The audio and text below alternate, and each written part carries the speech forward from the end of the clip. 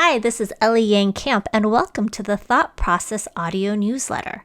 It's kind of like a podcast, but it's really just me reading an audio version of my written quarterly newsletter, Thought Process, which is available to read on Substack. So for those of you who would prefer to listen to an audio version of it, like a podcast, that's what this is. Hello and welcome. This issue is entitled Returning to the Motherland and Birthday Reflections, dated July 22nd, 2025. In this issue are the sections Birthday Reflections, Aging, Mothering, and Creating, Return to the Motherland, My Trip to Taiwan, Vegan Ice Cream Interlude, Taipei Edition, Organizations Fighting for Immigrants, and Out and About. Birthday Reflections, Aging, Mothering, and Creating. Summer greetings to you!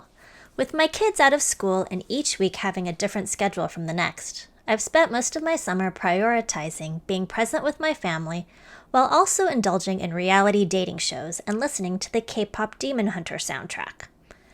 My birthday is next week! I'm turning 45. It's kind of hitting me hard. I'm coming to terms with the fact that 45 is definitely middle age. My body especially feels older, and I'm noticing the need to get even more exercise. Not to get stronger, but simply to prevent my muscles from atrophying. I'm also noticing how youth allowed me to get away with certain shortcuts that need to be unlearned, like how I generally dump a lot of weight onto my joints instead of actively using my core. Did it take a neck-shoulder injury that required me to miss the Taiwanese American Cultural Festival in May for me to notice this? Yes, it did. Sorry if I missed you at the festival. For the record, I am enjoying my 45-year-old face. I'm learning to eschew all pressure to remove any freckles or sunspots, which I've found that my Taiwanese elders in particular seem incapable of commenting on. Frankly, I think it's fun that my skin has turned from a solid to a print. I love polka dots! And I know many women in my family who have the same spots, so it makes me feel more connected to them. One of my kids also mentioned that they've never known me without these spots, and if I removed them, then I would not look like their mother anymore, which has got to be one of the sweetest things I've ever heard. I still marvel at my graying hairs, though I will admit I still don't have that many. My hair has always been dark, black, black, black. But now it is somehow light? Sometimes I will stare at a strand in the mirror and marvel at its translucence and how the light shines through it. I am enthralled. It feels like I'm turning into a unicorn. Now I call them my unicorn hairs.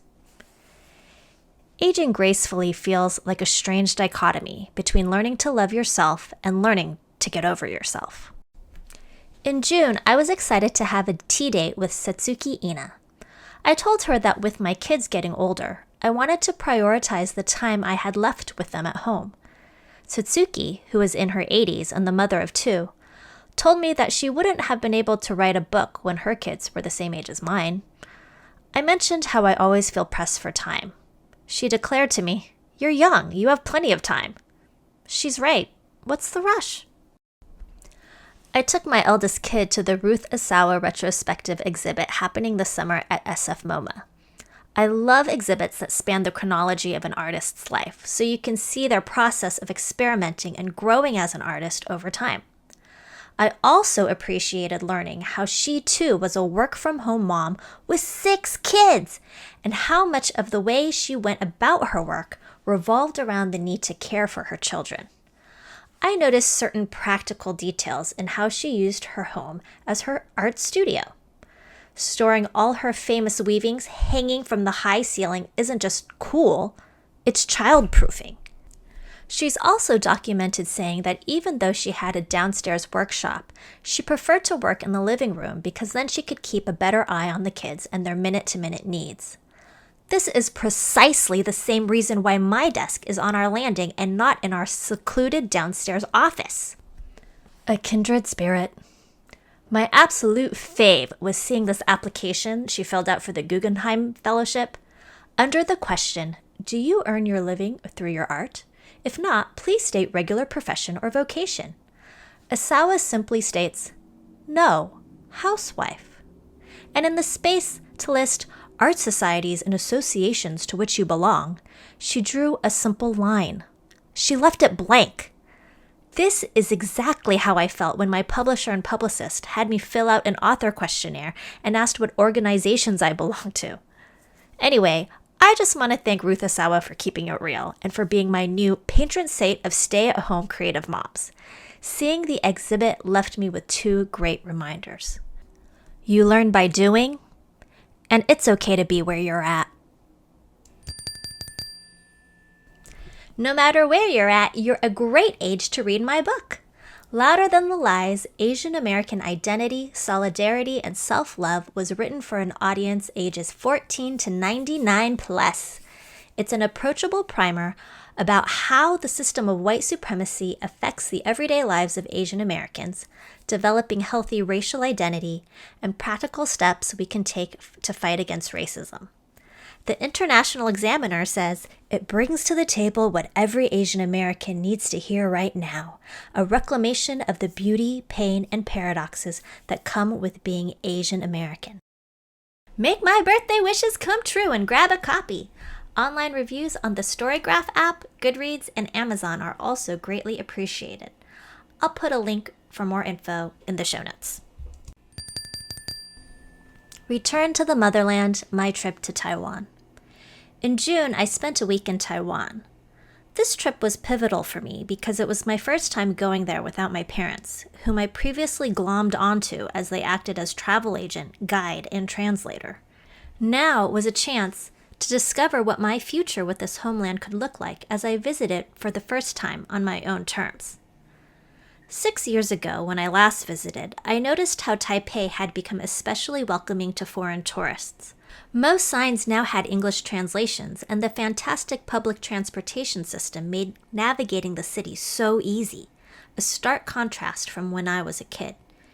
It gave me an underlying sense that as I was becoming more open to the island was becoming more open to me. With my eldest child turning 16 this summer, I also wanted to make sure we visited one more time before she graduated from high school. So when my aging parents opted out of this trip, I decided I could plan it on my own. Cue all my second-generation insecurities. If you are Taiwanese American with access to a lot of Taiwanese American friends and family, the problem with asking for suggestions on planning a trip to Taiwan is that there are too many opinions. They want you to travel how they would travel, and for their favorites to become your favorites. A lot of times I would get eager suggestions knowing it probably wasn't exactly what I was looking for, but I also didn't know how to describe exactly what I was looking for. I began to notice that every time I sat down to plan the trip, I would feel a disproportionate amount of stress to the amount needed to make simple travel plans. When I finally had some space to poke around my feelings about the trip, it became apparent that I wasn't just looking for suggestions on things to do, but more akin to, how do I get myself and my kids to feel a deeper connection to this homeland? How do I not feel shame about my poor language skills? How do I feel like I'm welcome there? How do I get people there to understand that I'm more than just a random tourist? How do I feel accepted? How do I not feel like a total dipshit? These aren't things you can easily plan into an itinerary. The more I planned and sought out advice, the more it became apparent to me that beyond having a basic outline, we wouldn't be able to fill in many details of our trip until we actually got there. There are some things you can't plan for. You just have to go and see. One thing I did try to plan for was ordering Taiwanese breakfast. While I had heard there were some well-known tourist-friendly places in Taipei that had menus translated in English, I really wanted to have access to the kind of local joints down the street that only had menus written in Chinese on the wall. In the days before our trip, I made a list of common Taiwanese breakfast dishes, how to pronounce them, and how they were written in traditional Chinese characters. I was determined to order my Taiwanese breakfast.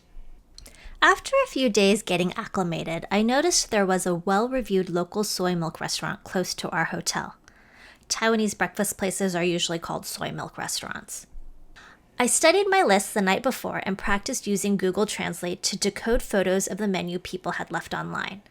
In the morning, we ventured out and clunkily but successfully ordered our food.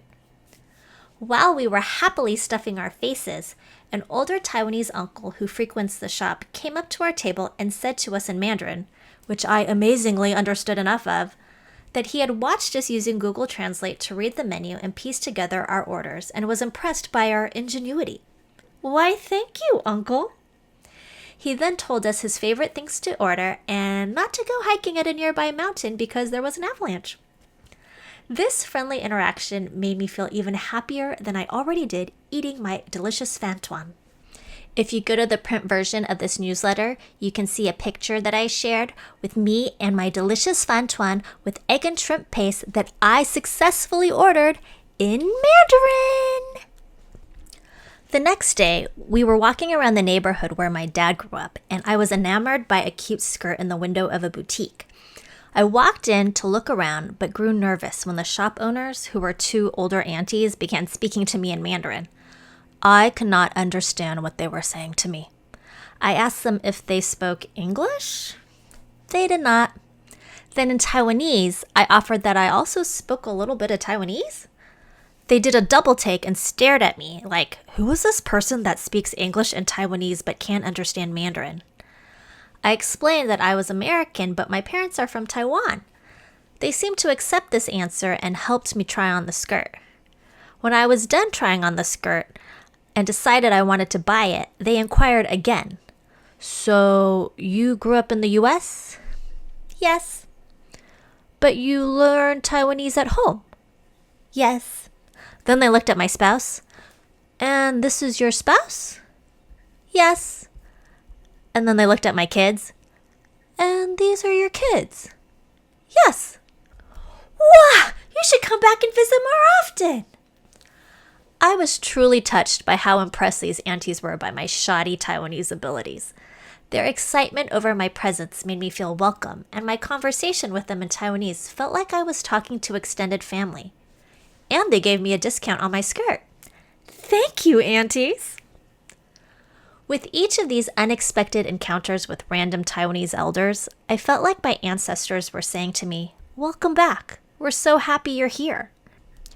Growing up Asian American, it's easy to absorb the idea that you are generally unwelcomed and unwanted, whether it's sourced from racist societal messaging or criticisms from family members imperfectly dealing with their own traumas.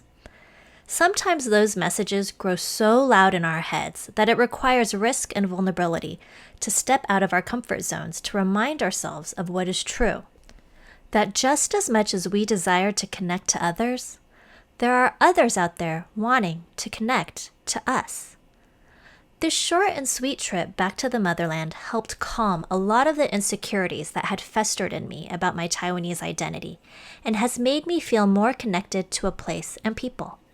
I can't wait to visit again. Vegan Ice Cream Interlude Taipei Edition. Taipei was a great place to indulge my dairy-free ice cream fantasies. I finally got to try a Taiwanese ice cream roll, also called a peanut ice cream roll, or what I will call a ice cream burrito. It's 3 scoops of traditional Taiwanese ice cream, which is naturally dairy-free, wrapped in a crepe, kind of like the wrapper you get with mushu pork, with shaved peanut candy and cilantro. It is curious, refreshing, and delightful. And if you have a hard time picturing what this looks like, I put a picture in the print version of this newsletter. I was also thrilled to learn that Taipei has a vegan gelato store called Nice Cream. We went there for a cool break on a very hot day, and it had so many vegan options. My favorite flavor was the Japanese roasted tea. Organizations fighting for immigrants. Amidst all the worrisome immigration raids happening nationwide, I spent some time researching organizations to donate to and support, which has provided a nice outlet to channel all my feelings of panic. And since I compiled this list for myself, I figured I might as well share it with you. Most of these are local to California and parts of the Bay Area where I'm at, but if you know of any more good ones to add to the list, let me know. In the newsletter, the print version of the newsletter, I just list all these organizations. I'll try to go through them really quickly on this podcast, but I will have links to all of the organizations in the show notes if you want to find out information about them. Organizers on the ground include Amigos de Guadalupe Center for Justice and Empowerment, which serves Santa Clara County, Faith in Action Bay Area, which serves San Mateo and San Francisco counties, Siren, or the Services, Immigrants, Rights, and Education Network, located in the Bay Area and Central Valley, the Coalition for Humane Immigrants' Rights, the National Day Laborer Organizing Network, the Florida Immigrant Coalition, which is organizing and advocating specifically against the Everglades detention camp, also called Alligator Alcatraz, and MN8, which is fighting deportations of Southeast Asians in Minnesota. And if you would like to read more background info on the Hmong refugee communities in Minnesota being targeted and deported, there's also a link in the show notes. Community Legal Services for Immigrants and People Being Detained is Siren, again, serving the Bay Area and Central Valley, Asian Americans Advancing Justice, Southern California, the Asian Prisoner Support Committee, Pangea Legal Services, which serves the South Bay and San Francisco, and the Asian Law Alliance in Santa Clara County. An organization that provides community legal services for people arrested for protesting is the Bay Area Community Law Foundation, which is the Bay Area arm of the National Lawyers Guild.